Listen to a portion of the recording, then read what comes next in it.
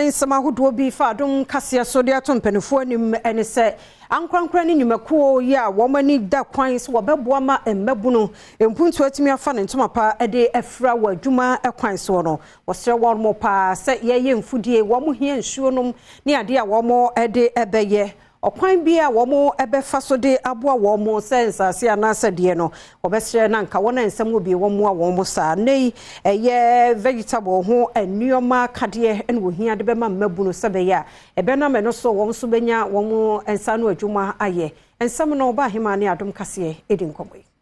Nana hima wo mankesim traditional area nana ama emisa a otoso miensa e de ato aban no ene omanfo anim se wo mumeye omomoa se ne wo mubenya mfidie ene akade ahodo a mabunu e wo mpatemu no ebetimi e de awura kwa adwumam na edi mpuntuo aba oman mu a wo kasa abra Springboard Road Show Foundation edi mabunu ahodo bi ehye adwumadie bim e wo Cape Coast University School ponim wo de tudwa se waya ahomboa so de asase yantam ebema mabunu yi amomode ayesa kwa adwuma no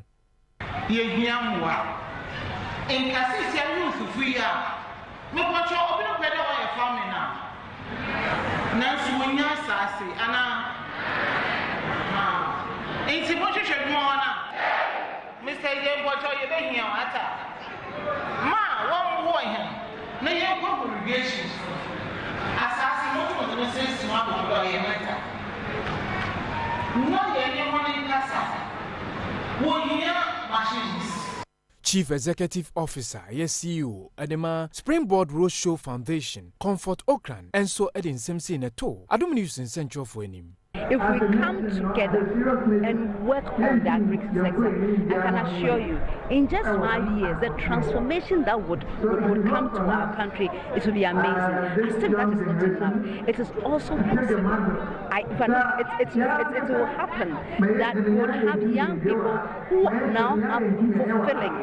and sustainable livelihoods because they know that this job that I'm doing, it happens over and over and over again. I don't need to be scared about the future because the future is guaranteed. Omanfo a womo ekopie adwumadie no ase a womo free Commander College of Education ene Cape Coast Technical University womo so nsem a womo de to dwa no ebini Oh, me who say ebeboaye amayetumi ebeboaye amayetumi enya more like ideas sebeya yebetumi create ya nkasa ye businesses yebetumi so produce ya nkasa